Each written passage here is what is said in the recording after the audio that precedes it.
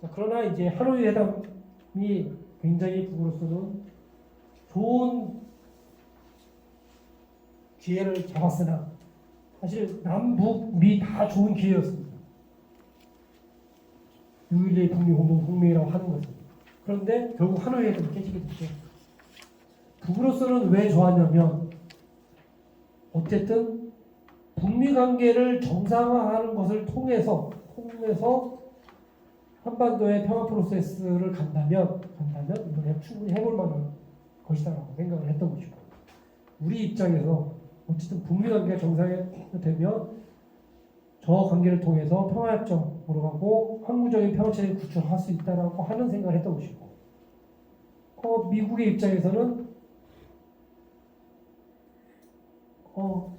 중단된 한반도 비핵화 프로세스 갈 수 있고, 또 그 이후의 과정까지 얘기하면은 북의 핵 능력의 과반수 이상을 차지하는 연변 핵시설을 해체할 수 있는 그런 기회였던 것이죠. 근데 결국 뭐 지난 시간에 들으셨지만 잘 안 됐고, 여러 가지 이유 때문에. 한 2019년도에 김정일 위원장 신년사를 보면 북이 어떤 생각을 갖고 있었는지가 잘 나타납니다. 10개의 키워드만 한번 보면 정상외교 계속 하겠다. 그리고 이 흐름이 역전되는 것은 없을 것이다라고까지 얘기를 했습니다. 근데 역전되죠. 이게. 그리고 다자회담. 다자회담 얘기하는 것은 이제 평화체제 하려면 남북미 또는 남북미중 3자 또는 4자 간의 다자회담이 필요한 것이었죠. 인민제일주의.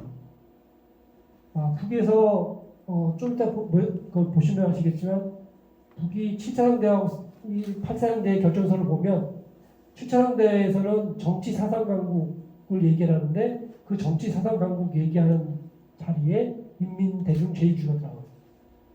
지금에 있어서 정치 사상 강국을 건설하는 데 가장 중요한 것은 인민들이 어떤 생각을 하고 있는지를 파악하고 그것을 반영하는 것이 굉장히 중요하다고 하는 것을 보여줍니다.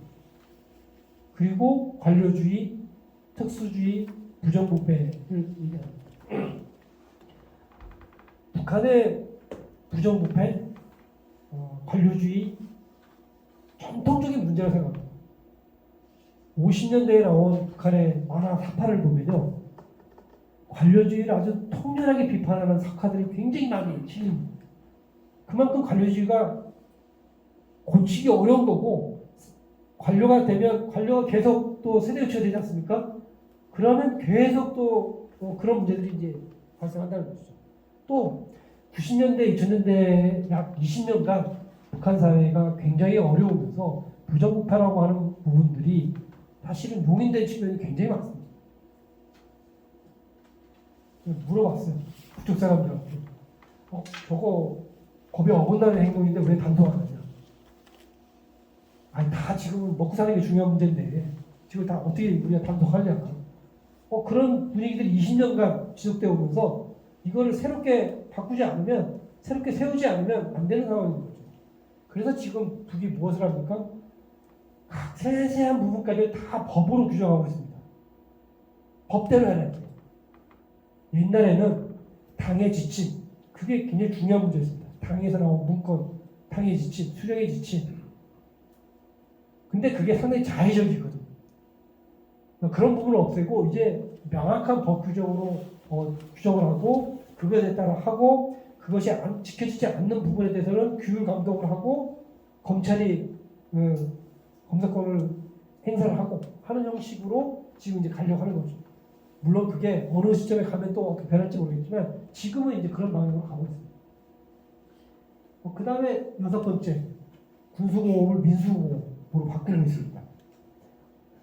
물론 전면적으로 바꾸고 있는 건 아니지만 대표적인 사례가 있습니다. 군수공업을 민수공업으로 바꾸는 건 아니지만 북의 특수기관, 군이라든지 국가안전보위부 뭐 이런 특수기관이 갖고 있었던 부동산을 농업용지로 바꾸는 거죠. 중평, 남세원시, 연포에 이런 것들은 대부분 공군이 갖고 있었던 비행장을 농장으로 바꾼 대표적인 사례들입니다. 작년 같은 경우에는 트랙터를 5,000대인가요? 황해도에 트랙터 5,000대를 보냈죠. 그거 생산한 데가 군수공장에 생산을 했습니다.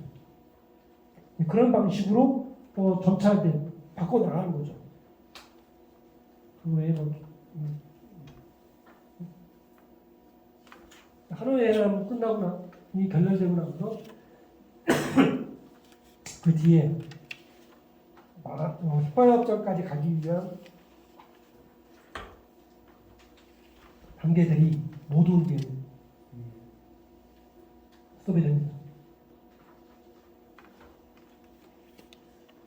결렬중에 때 북미관계, 남북관계를 연계해서 2018년도 이후에 진행해 왔는데 이제 연계는 없다. 남북 하노이 회담에서 남쪽은 우리를 기만했다 라고 하는 게 북쪽의 기본적인 결산입니다.